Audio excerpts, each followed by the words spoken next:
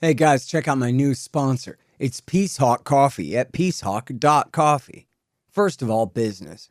You have to drink coffee in the morning, and you want it to taste good. Well, Peacehawk Coffee is the best from around the world. But then, just as important, Peacehawk Coffee donates at least $1 of every pound sold to worthy foreign aid organizations like Yemen Relief and Reconstruction Foundation. When you buy Peacehawk Coffee, you're not only buying great coffee, you have a chance to support the economies of countries struggling against the effects of war and support private aid foundations doing life-saving work abroad. Sign up for their email list and get yourself some great coffee at peacehawk.coffee.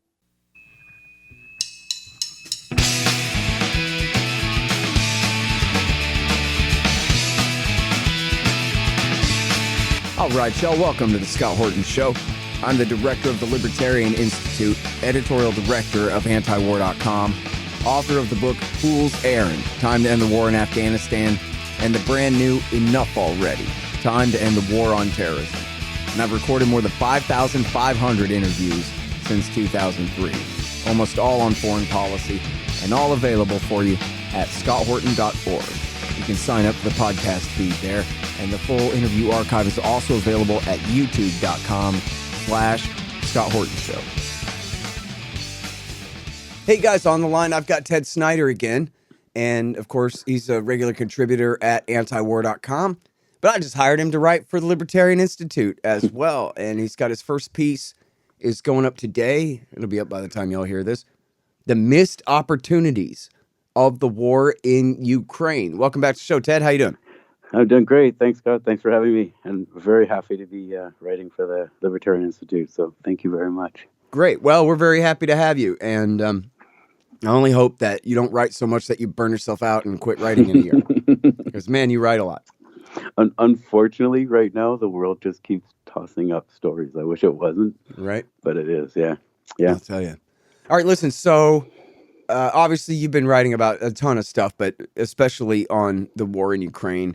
Mm-hmm. And you got some really great background here in your first piece for the Institute today, the missed opportunities of the war in Ukraine. So you start out, I think, it's quite apt. You cite Condoleezza Rice and Robert Gates and their recent piece about how, boy, have we gotten Ukraine into trouble. And their country's completely ruined, and the war has been a total disaster, and that's why we have to triple down now before it's too late. Yeah, I mean, they made the right observations and the wrong conclusion. Scott, this is like what's so sad about the war in Ukraine is that it's devastating Ukraine, one, and two is that it didn't have to happen, and that's sort of the tragedy. But I mean, Gates and Rice write this piece for the Washington Post, and they kind of summarize by saying that the economy's in shambles, that millions of people have fled, that infrastructure is being destroyed, and that a lot of the most valuable land in terms of like agriculture and especially industry and mineral wealth is in the hands of Russia. So it's a destroy, and they don't even go into enough of the details. As of a few days ago, estimates were that like a fifth of the population of Ukraine have left, like almost 8 million people. That's 19% of the country has left. So the country's shrinking. The number of Ukrainian soldiers, which it's so hard to get an accurate report, but the West keeps trying to portray this as like, around Bakhmut, Russia's like walking over their own dead soldiers, like Ukraine's just massacring them. And the truth seems to be the exact opposite. One Ukrainian commander in Bakhmut actually said that we're about to run out of people, right? He said the exchange rate of Russians to Ukrainians is in favoring the Russians and we could run out of people. And there are estimates that, Ukrainian soldiers are dying in the hundreds and hundreds of days, 300, 450 a day. And German intelligence says that just in the one battle in Bakhmut, just that one battle, the Ukrainians are losing triple-digit soldiers a day. So we're talking hundreds of deaths, millions of refugees leaving the country, infrastructure destroyed. This country's being just laid to waste. And it didn't have to happen because there were opportunities before the war to avoid it. And there have been opportunities since the war to end it, and that it's just going on anyway. That's the tragedy. Yeah. Now, I want to, before we get into the meat of this article here, and this is just a speculative type thing, but, well, for example, in November of 21, Samuel Charup from the Rand Corporation wrote a thing in Foreign Policy that said, look, if we want to avoid this war, we're going to have to really implement Minsk II. The current Biden policy of warning Russia that you better not, while offering maybe some inspections for our missile launchers in Poland or this and that, kind of tinkering around the edges of the controversy, that's not going to cut it. But if we really end the war in Ukraine, that will really put the burden back on Putin to justify any intervention at all. And we should really do that. And they didn't do that. They spent the rest of November, December, January, February telling Putin, you better not, but refusing to really negotiate with him in good faith. Yeah. And I wonder if your interpretation is there, to paraphrase Zbigniew Brzezinski about 79, that, well, we weren't necessarily trying to provoke them into invading, but we were knowingly increasing the probability that they would. Yeah. And I wonder if you think that was what was going on here, that they really wanted to see Russia invade Ukraine and get bogged down in the mud there. I hate to speculate, and because I always feel more confident going by the actual historical record people have said and done. But if you look at that record, if you look at that evidence, it's hard not to at least suspect that. It's been pointed out before. Nikolai Petrov's pointed this out, that there's really three wars going on in here. There's the war within Ukraine. There's the war between Russia and Ukraine. There's the war between Russia and NATO. And it seems pretty clear that if we'd stopped the war in Ukraine, between the East and the West, between Donbass and Ukraine, if we'd stopped that war, that would have taken away a lot of the reasons why Russia wanted to go into Ukraine for this war. It was something that could have been done. It should have been done. Putin was still trying to do it. Putin was committed to the Minsk Accords right up to the very, very end. The states, at least officially, endorsed them, but never pushed. And in my piece that you're putting up today, I actually talk about 3 different historical instances where the states failed to push. They could have done it. Everybody wanted it done. It could have been done. And they didn't. And they did the opposite. They did the opposite of Minsk. So, and if Angela Merkel's right, if she's right, then Minsk was really a pretense to give Ukraine time for a military solution. And a military solution means that they were all along setting up this military confrontation. So when you ask me if I interpret it that way, look, I don't know if Merkel's telling the truth, but if she's telling the truth, she says that is what happened. Yeah, that's what she says. She says that we lulled Russia into a calm while we set it up to make this war an inevitability. Yeah. And if you go through, and I have, you go through and look at all the different times that they invoke Afghanistan as the model in December of 21 and January and February of 22, that we're going to do just like we did with the Mujahideen. And this is just a few months after America's humiliating defeat and withdrawal from Afghanistan, after supposedly attempting to clean up from the consequences of the last time that they did this.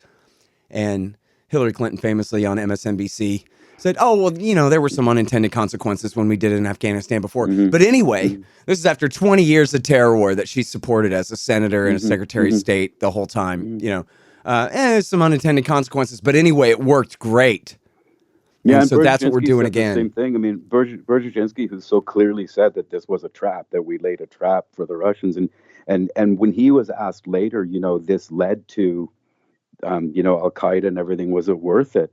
Brzezinski, I can't remember exact words, but he said, of course it was worth it. History will remember the defeat of Russia as a much bigger thing than a temporary appearance on the stage of it.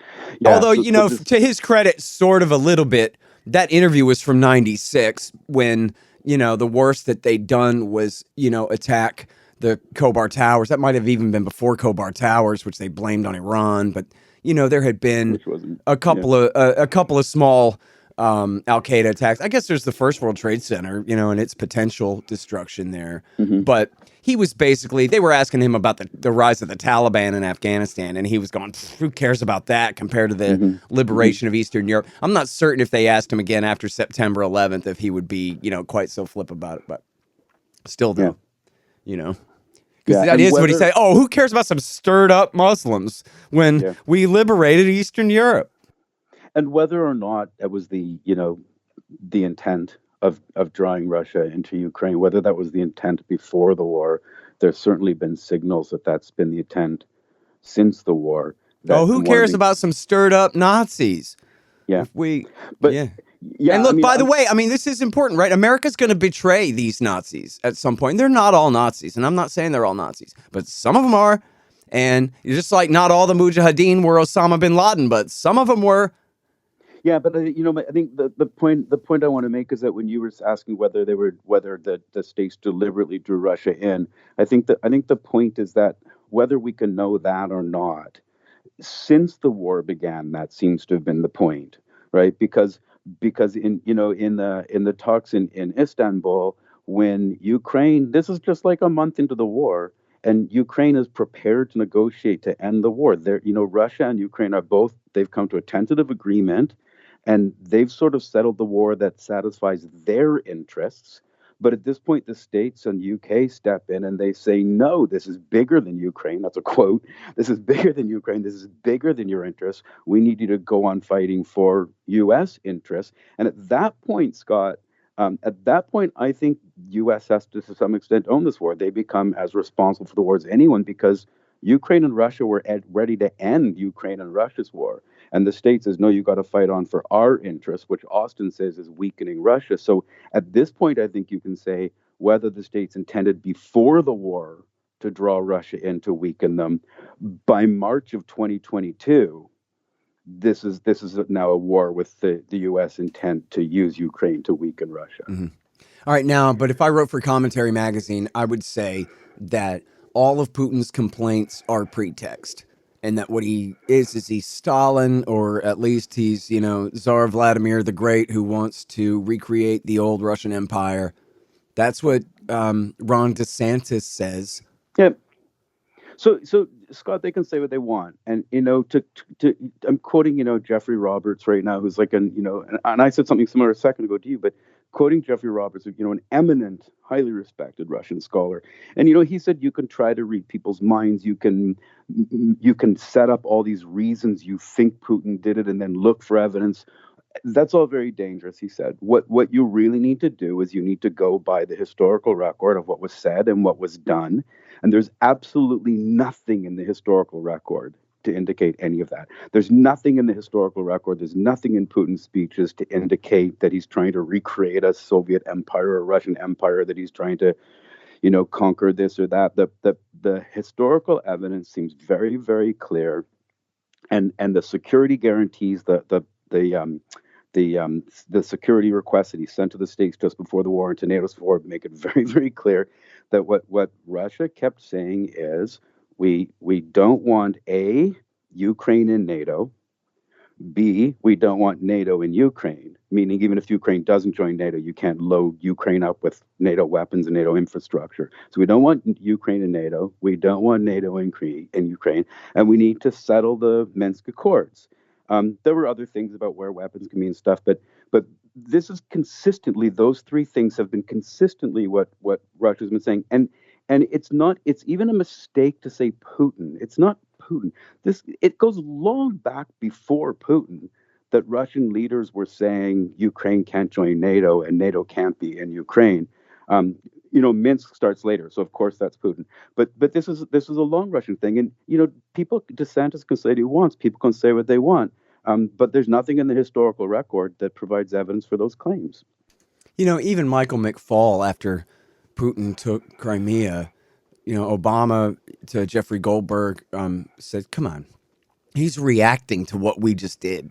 He didn't have, this isn't part of some grand plan. In fact, he wasn't even going to do it. And then he changed his mind and did it. And McFaul admitted the same thing, that, and McFaul, for people who aren't familiar, is the former ambassador to Russia and an absolute hawk, and smears Putin with bad motives, no matter what, on all the time, no matter what. Yeah. But even he just said, come on, all this stuff about he's trying to recreate former glory of this and that. That's not true. He's reacting to what we're doing to him. That's all. Look, it's nonsense. And I wish I had the memory to quote dates and numbers to you, I don't, but there's a very long history of referendums in Crimea and in the Donbass that indicate that Crimeans wanted to either have autonomy within Ukraine or to be part of Russia. There were referendums in the Donbass in 2014 where Putin had to discourage them from having a referendum on joining Russia and to limit it to just autonomy because he didn't want them in Russia, right? The Donbass was very valuable to Putin as being part of Ukraine. I mean, it gave him a Russian voice. It gave him a a sort of proxy vote in the Ukraine. It kept them out of NATO. Did a whole bunch of stuff, and Putin was discouraging the Donbass from joining Russia, and he had opportunity before that. In Crimea, Putin was actually resisting these things. Crimea was a reaction to the coup in 2014 that he seems to have decided very quickly and took Crimea very easily. An enormous majority of Crimeans wanted to rejoin Russia. But also in the Donbass, this has not been a long-term plan to take the Donbass. Don't forget, in 2014, when Putin annexed Crimea, he was acting under authority by the Russian parliament to use military force, not in Crimea, but in Ukraine. And he didn't. Like, he could have taken the Donbass then. It would have been easy. Militarily, he could have taken the Donbass easily. He had a Donbass population that wanted to join Russia. He had a Donbass population that was being persecuted by Ukrainian nationalists. So here you've got an ability to take the Donbass, a reason to take the Donbass, and a Donbass that wants you to take it. That was 2014. For 8 years, he didn't take it. Right? He didn't want to take. This was not a long-term plan. These were reactions, and the Russian hardliners have been incredibly critical of Putin for not taking the Donbass in 2014. They say you could have avoided all of this if, when you took the Crimea, you took the Donbass. You never should have trusted the Germans and the French. Putin said, "I trust the Germans and the French to implement Minsk, and I really think we can resolve this by having the Donbass become autonomous with Russia, autonomous within Ukraine, a non-military solution. We can trust the Germans and the French." And now those hardliners are saying to Putin, "You were a naive fool for trusting the Germans and the French." And now Merkel even admits it. So these were not long-term plans. This was Putin responding to what he saw as Western encroaches upon Russia by NATO spreading and by changing Ukraine, by pulling Ukraine into the Western sphere through a coup that took out a sympathetic to Russia government and put in a sympathetic to America government or to the West government. So these were responses, not long-term plans. These were what Putin would argue were defensive responses to the exact two kinds of encroachments that we've been begging you not to do since the end of the Cold War. And that's expand NATO to Ukraine and pull Ukraine into the Western sphere. So, that's the historical record. Not that this is a long-term plan of Putin's a lifelong dream to reinvent empire. There's no evidence for that.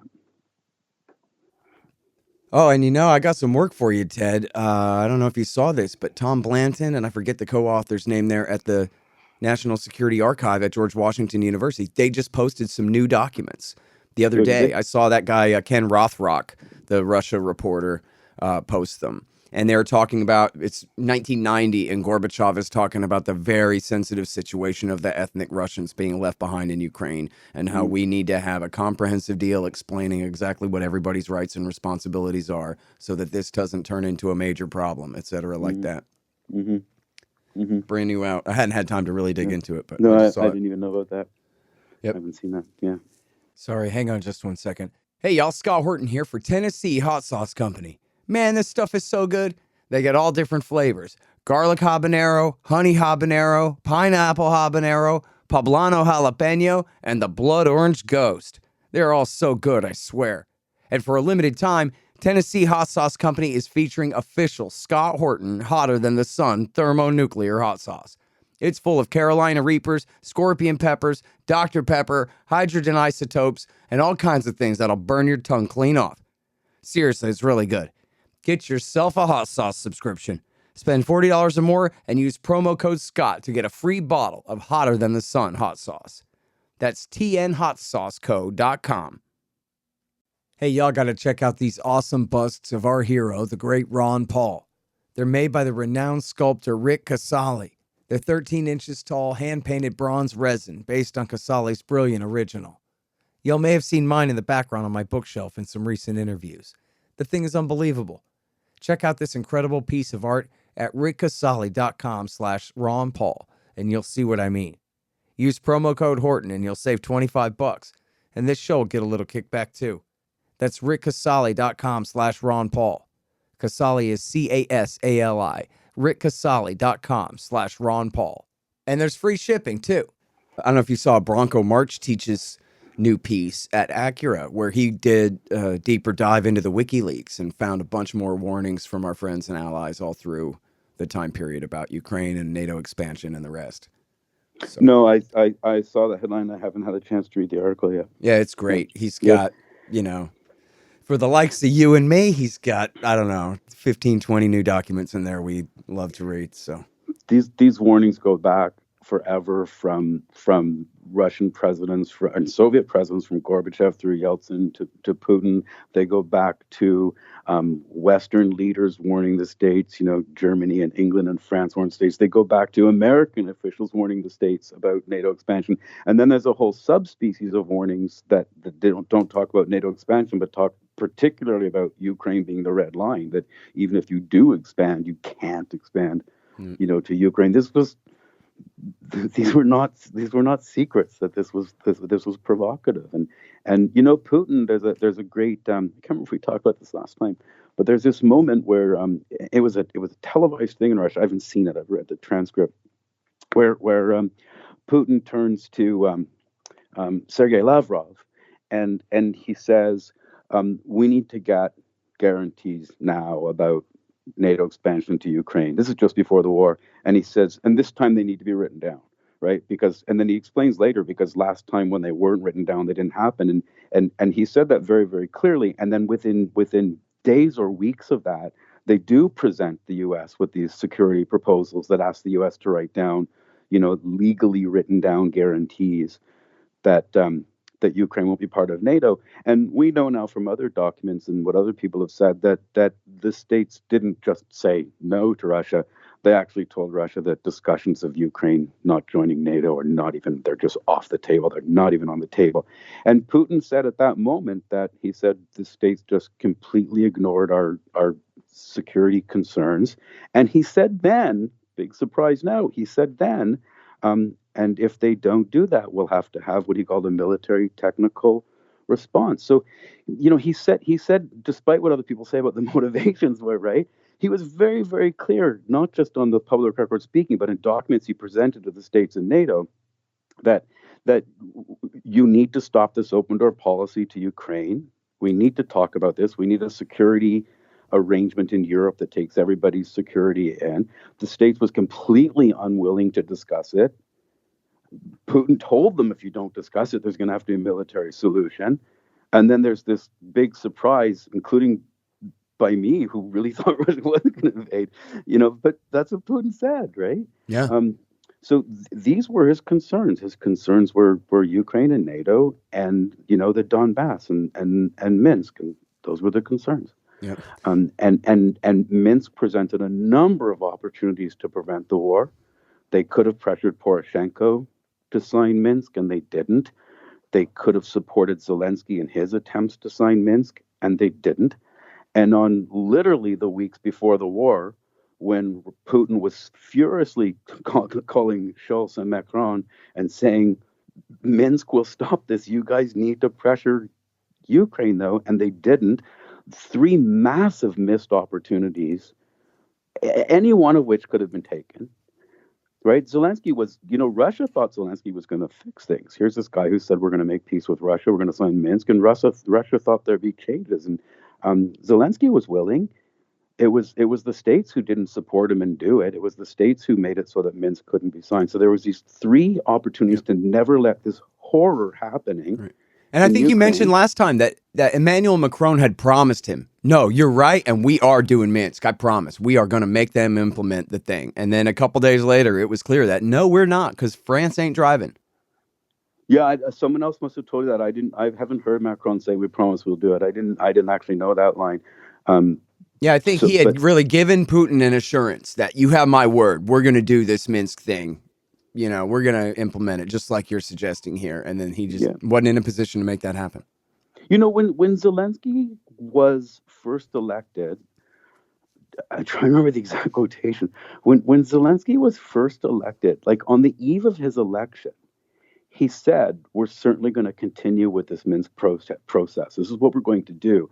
And early on in his time there, in his early on in his election, just after his election, he met again with France and Germany, and he signed a document. I can look it up while we're talking if you want, but he signed a document again reiterating elections in the Donbass and autonomy. I mean, Zelensky came into office intending to do this. There was no way he could do it on his own because pressure within Ukraine was going to push him way off that path. But with American support on that path, he was going to do it. And if the states and Russia and France backed him, Zelensky was going to do what they promised in Minsk, and this wouldn't have happened. It was the states and the Western powers who really made it so Zelensky couldn't do it. This war this is the tragedy of this war, Scott, is that it could have been avoided. Yep. Instead, there's all this suffering. And in the end, and I don't want to make predictions because I hate predictions, it's probably in some way going to end exactly the way it would have ended if this had never happened. Right. With some kind of agreement on autonomy in the Donbass and some kind of agreement that Ukraine won't be in NATO and some kind of security guarantees for Ukraine. That's what could have been signed before the war ever happened, without a fifth of the Ukrainian population being forced out of the country and tens of thousands, maybe hundreds of thousands of Ukrainian soldiers killed already. Yeah. And it's not going to get better in the next couple of weeks, right? It's not going to get better.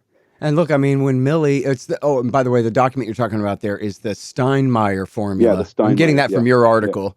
Yeah. From your new article here. It's good that you can remember what Scott. I always joke that half the reason. No, I got it right in front of me.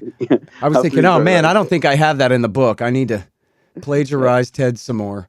Make sure I'm stealing your link at least, But this is Zelensky early on in his presidency saying, "We'll do it." Yep.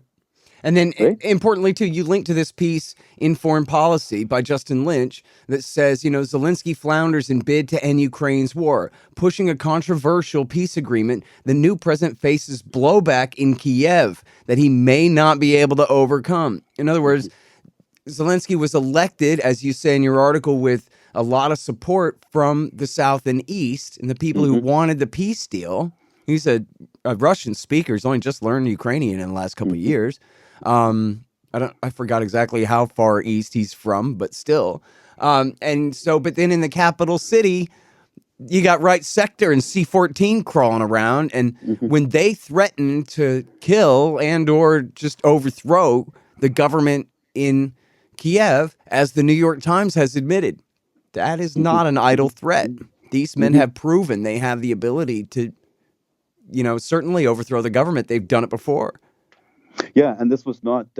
This was a small percentage of people in the Ukraine with an inordinate amount of power and the ability to act on that power, and that power got elevated after the coup in 2014, and Poroshenko already knew that the Minsk Accords would face huge pressure from Ukraine. I don't think he says he knew it would never happen. He's one of those who says it was a fake because of that pressure. And that pressure intensified for Zelensky because Poroshenko was, pre 2014, and he didn't have to face the stronger, Right Sector and the other kind of nationalist parties. And so Zelensky really had to face this, and he faced enormous pressure, as we've talked about before, possibly mortal pressure.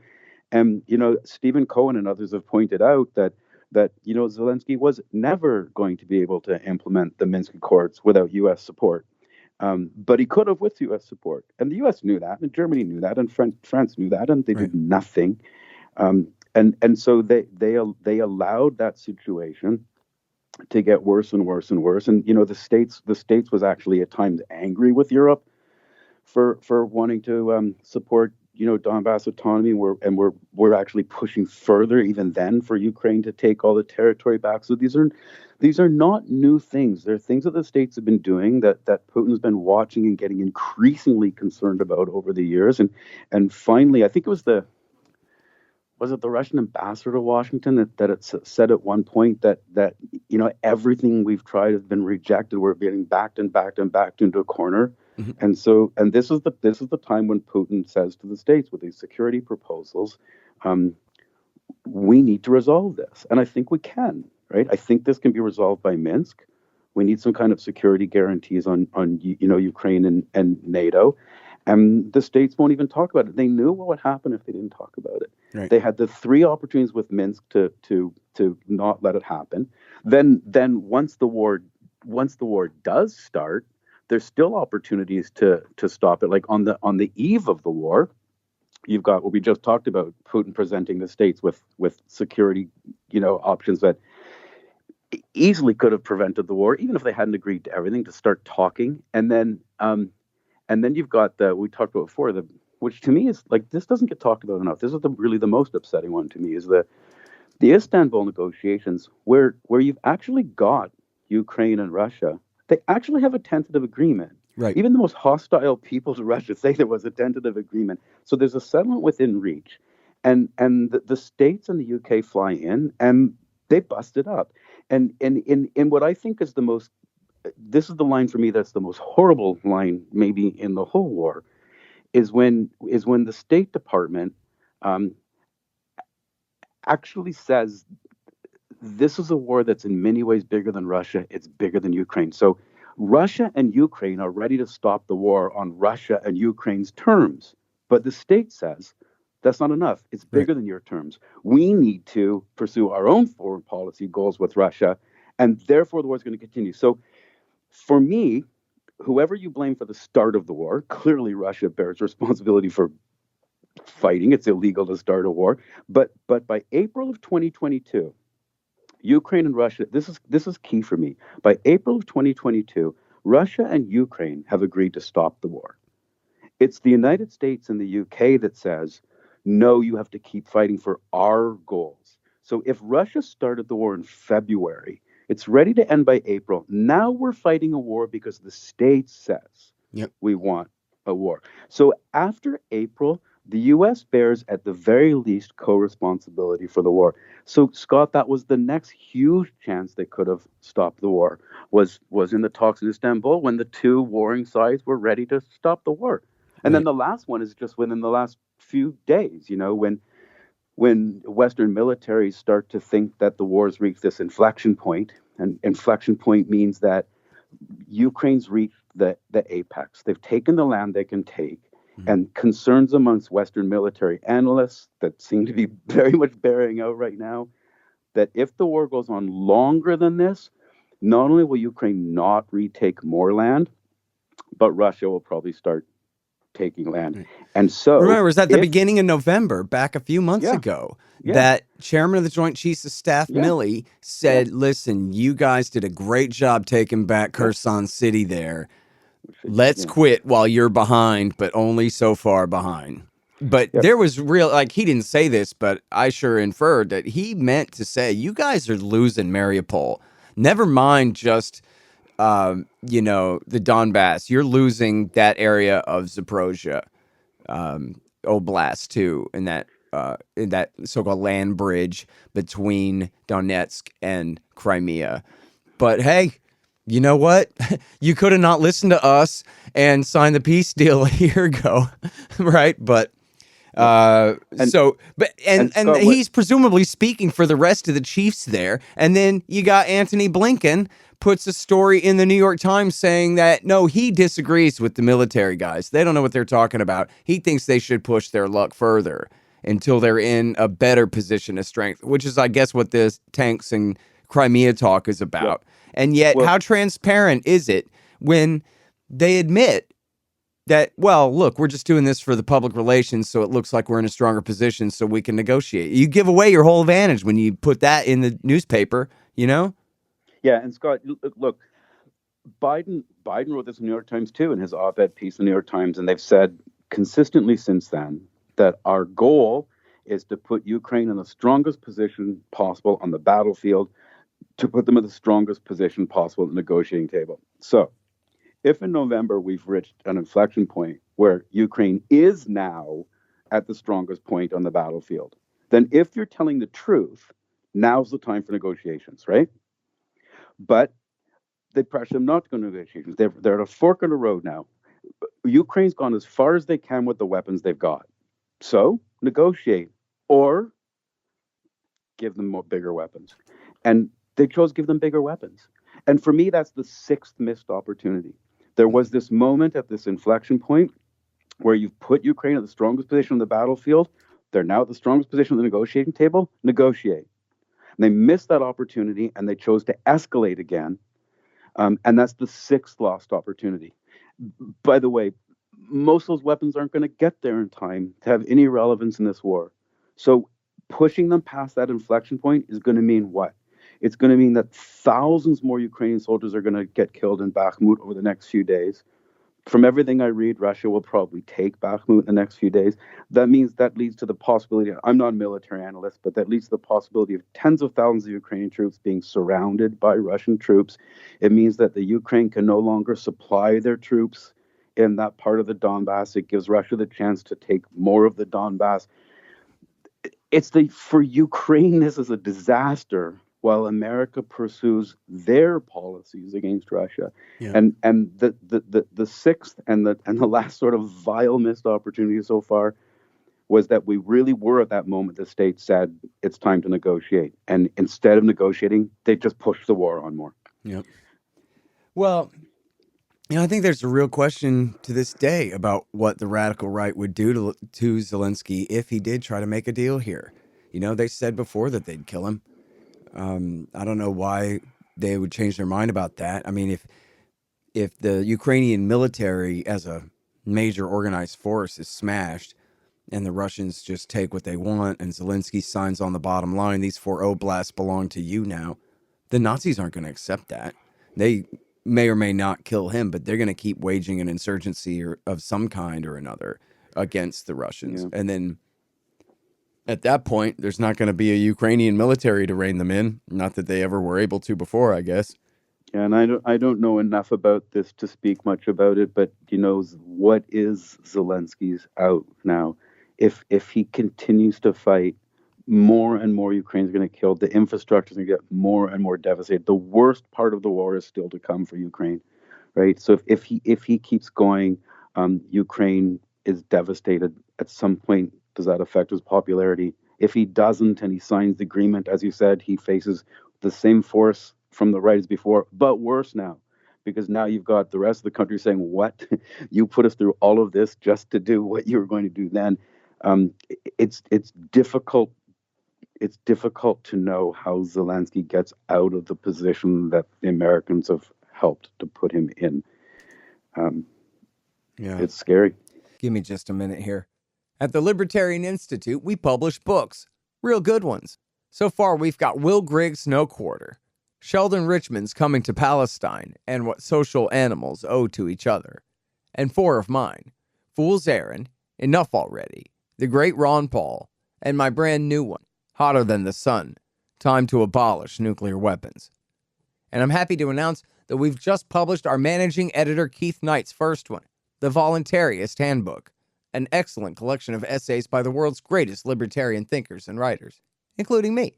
Check them all out at libertarianinstitute.org/books.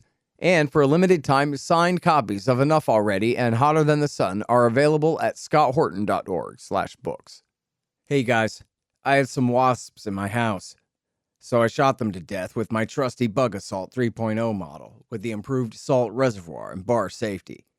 I don't have a deal with them, but the show does earn a kickback every time you get a Bug Assault or anything else you buy from Amazon.com by way of the link in the right-hand margin on the front page at scotthorton.org. So keep that in mind. And don't worry about the mess. Your wife will clean it up.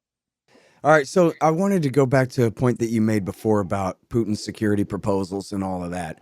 One of the things that I just find this entertaining in a way, I guess, is and this is because I guess maybe I'm very middle-aged right now and I don't want to admit it, so I keep insisting to myself that 1997 was just yesterday.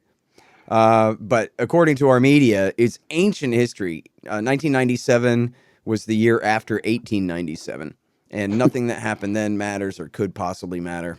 And Putin obviously is a dishonest guy or a crazy guy that he would even bring up an agreement from 1997 at all. Who could imagine that an agreement from 1997 would still be valid in any way? Don't you know? America's word doesn't last that long. Which agreement do you mean? And it's the Founding Act. It's the Founding Act for the NATO-Russia Council. And the promise that America would not move military forces into Eastern Europe. And they got it in writing, but it's just an assurance, not an agreement and not a treaty and a thing. And I just found this great quote. Oh, I'm sorry, go ahead. No, go ahead. Well, I just found this great quote from Bill Clinton here.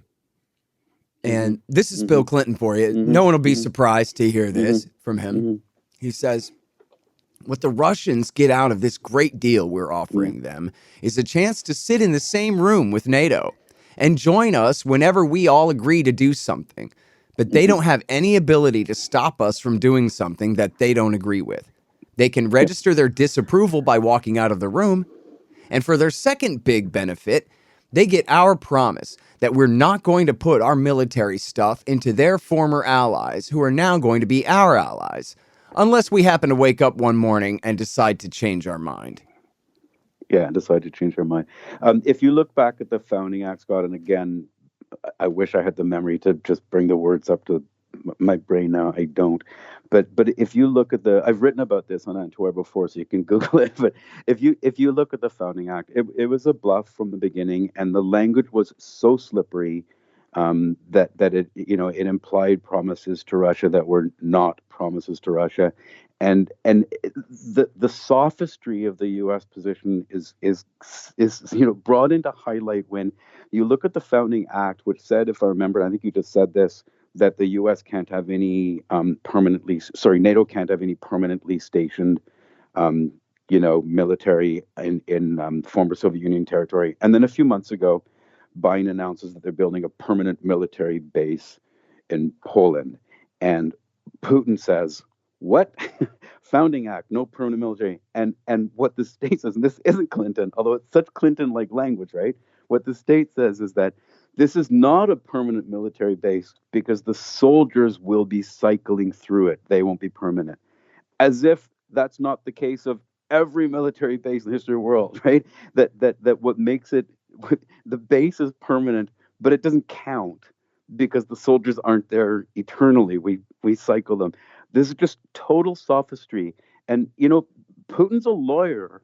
Putin knows the law. He likes legalese. And when you take the broken verbal promises of NATO expansion after the Cold War, and then you get the twisting out of the written promises of things like the Founding Act, this is why Putin said this time, it doesn't matter if you tell us Ukraine's not in the near future. It doesn't matter what you tell us, right? This time we need it in legally binding language. And they weren't going to settle for anything less this time because they've been burned by taking American promises. They've been burned. And that's why these security proposals that Putin brought was this time he said, these have to be in writing. We need it put in writing that Ukraine won't be a member of NATO, that we won't have a hostile alliance right on our border. And don't tell me it's not a hostile alliance, right? What does it mean when you bring every single country into a military alliance except us and then butt it right up to our border, right? How could you interpret that as anything but hostile? And so we need written security guarantees. And when you tell us it's not even on the table, then there'll be a military solution. And then don't act surprised when there's a military solution. And I'm not saying it's right to have a military solution. I'm a pacifist. I don't think it's right to ever have a military solution. But don't act surprised. Yeah.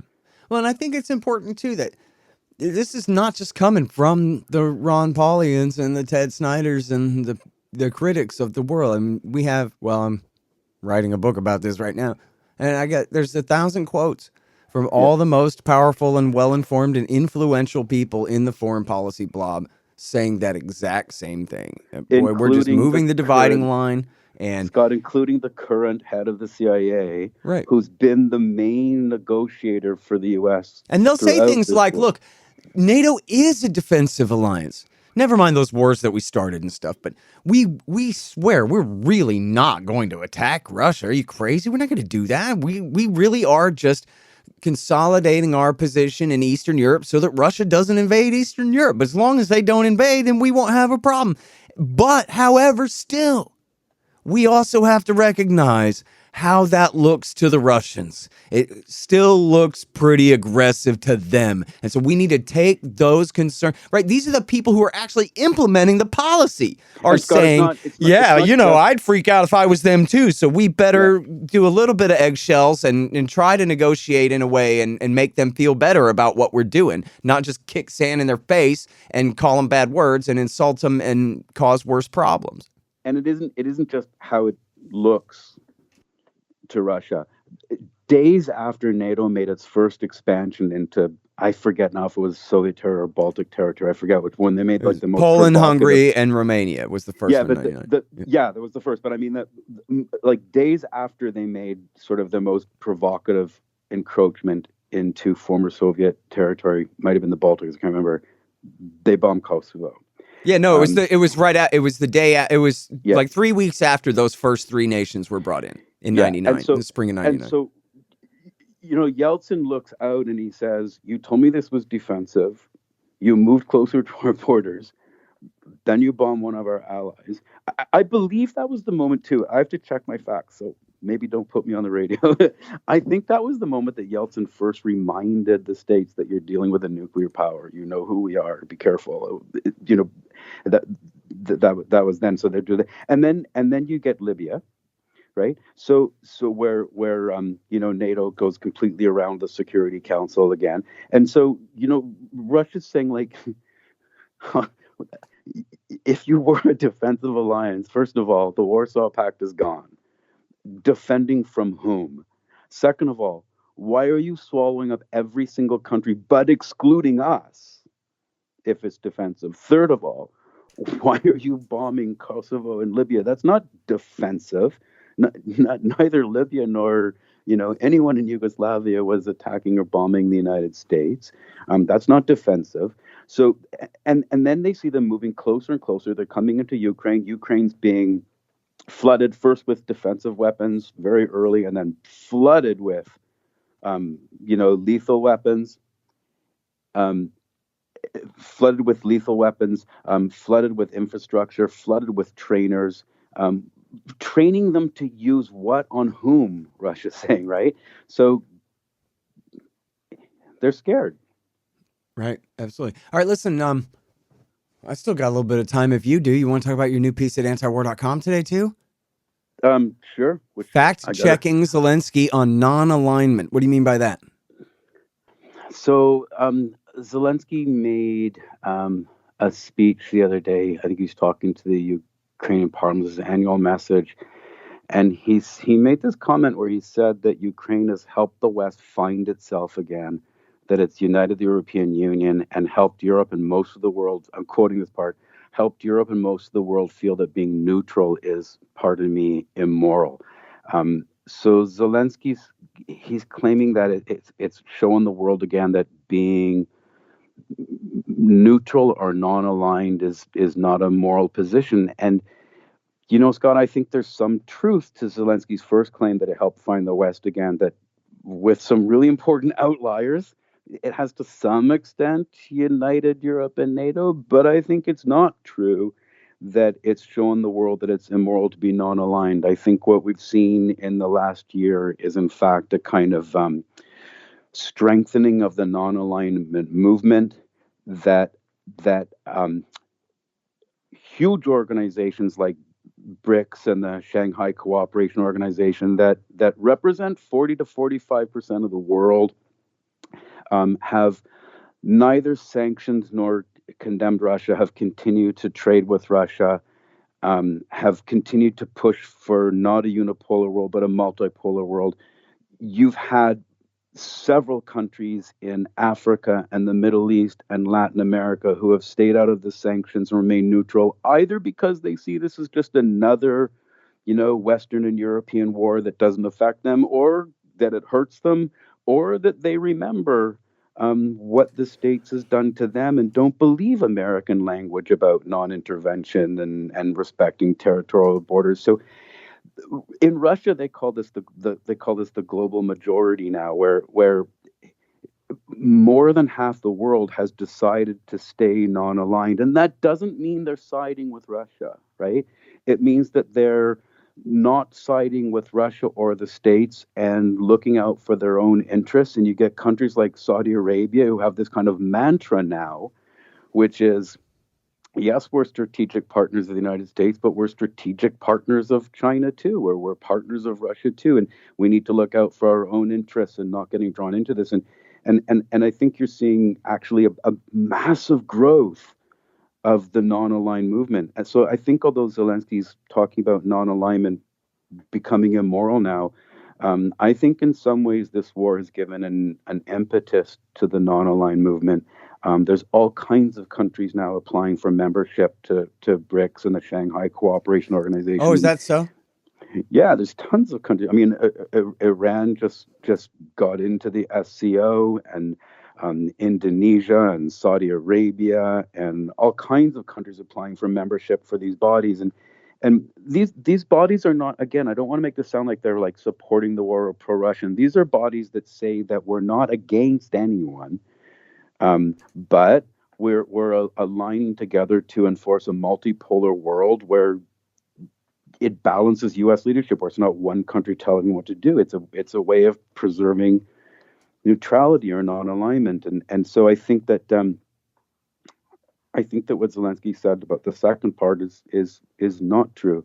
I think that this war has actually hurt the States in that way. That if the American goal was to, this is how we started the show, was to weaken Russia and to protect their own spheres of influence and to remain the global, hegemon in this unipolar world, I think it's done the opposite. It's pushed Russia closer to China. It's pushed Russia closer to India. It's pushed Russia closer to Iran and Saudi Arabia and Turkey and Venezuela and South Africa and much of Africa. South Africa just conducted massive military drills with, China and Russia. So I think in this attempt to preserve hegemony and preserve a unipolar world, I think it's having the opposite effect. It's actually strengthening the multipolar world. And, one of the things I talk about in articles is how many different movements there are underway in the world right now to escape the US dollar as a currency. That you've got Saudi Arabia saying they're prepared to start trading oil outside the US dollar now. That's serious. You've got BRICS and the SCO talking about trading their own currencies. You've got Latin America talking about developing a unified currency. You've got all the world, and they're partly scared. What these countries just saw is that the U.S. has the power, because they control the dollar, to completely disable or to attempt to disable your economy. They froze up Russian funds. They sanctioned Russia. These countries are very aware that this can happen to them too. And they're looking for ways to trade outside of the dollar, and this is not making neutrality immoral, right? This is actually it's been I think an incredible boost to neutrality. Yeah, it's interesting. I mean, in Europe, it's gone the other way, of course, where now we have Sweden and Finland joining NATO, and increased troop numbers. Any argument that, man, we should disband NATO and get the hell out of there, or get rid of the organization, just turn it into simply a treaty that, call us if you need us, but we're going home for now, kind of thing. Well, Scott, anything like that. That's off the table for years and years and years in the future now, You're right, but I think even within Europe, you've got France and Germany, for example, insisting that we need to resolve this war by taking seriously Russian concerns about Ukraine and NATO, by looking at security arrangements that. This is what Macron and Scholz are saying, like word for word, that we need to have security arrangements that take into account, Russians' core needs. So even within Europe, although there's a sort of tightening of Europe, there's still like the two biggest countries in the EU who are outliers with the States and saying, no, we need to start talking to Russia now about taking their security concerns seriously. And I think it was Macron that said, that specified Ukraine and NATO. And, Schultz was saying we need to look at ways very quickly to reintegrate Russia into the community after the war. So even in Europe, on the sort of NATO agreement and superficial agreement, there are divides here, right? That there are countries that are going well beyond what the U.S. wants to negotiate with Russia. Yeah. Well, right after the war started, Doug McGregor, in unfortunately a prediction that didn't come true, said that, well, the Germans are going to step in here and demand an end to this before too long, just like they had done with Minsk 1 and 2. That, come on, man, we can't, it's fine from over here in North America. You can, it's like Carlin said, playing with toys in the sand or whatever. This is all abstract fun from here. But for Germany, this war in Ukraine carries real consequences, and for decades. And I mean, they're, first of all, with refugees and all of that, but their relationship with Russia going forward here and all of these things, they have so much more at stake. But I guess that, their country, their government is just so under the thumb of the United States. They just don't have the independence. Well, Scott, this has always been the problem, because if you go back to 2008 at the famous, NATO Bucharest summit in 2008, when George Bush comes in and says, let's bring Ukraine into NATO, all the way back then, it was Germany and France that said no.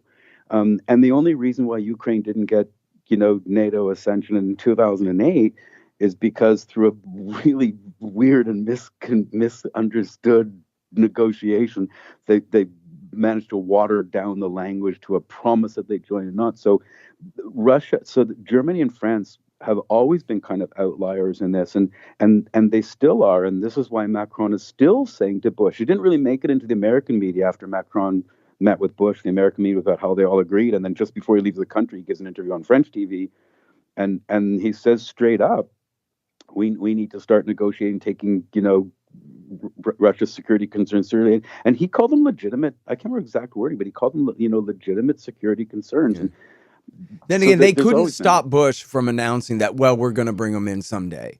We're not giving them an action plan, but we're promising one soon. There's reports that Condoleezza Rice and some of the Eastern European members of NATO, that some of these people kind of huddled and talked about, what are we going to do about, Bush saying we want to bring Ukraine into NATO now. And there's reports that Germany and France actually wanted something much stronger, that they really wanted to not do it, and that almost somehow in some kind of accidental way that Angela Merkel never figured out, this kind of line came out about the promise. And at that point, one official, I forget if it was a European or American official, again, my memory's gone, turned to somebody and said, did we just put Ukraine in NATO? Right? I think Germany and France wanted a much weaker statement in 2008, and it's not entirely even clear. I've heard language be blamed. I've heard that they didn't have their interpreters there, and they were all trying to mumble in like half Russian, but I don't know. But Germany and France didn't want Ukraine and NATO in 2008. And they're still expressing that concern now that we need to negotiate this. So remember, the States are saying that this is not on the table. We don't negotiate Ukraine and NATO. And Macron saying, no, we have to exactly negotiate Russian security concerns and talk about Ukraine and NATO. Yeah. All right, man. Well, I got to read up on Fast and Furious and the CIA in Mexico for my next interview. But this is always fun. This was great. Fun. This always is fun. I love talking to you and reading your great stuff, Ted.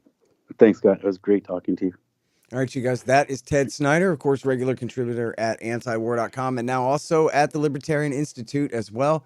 Check out his brand new one. His first one at the Institute is called The Missed Opportunities of the War in Ukraine. And at antiwar.com today, fact-checking Zelensky on non-alignment. The Scott Horton Show, Anti-War Radio, can be heard on KPFK 90.7 FM in LA, APSradio.com, antiwar.com, scotthorton.org, and libertarianinstitute.org.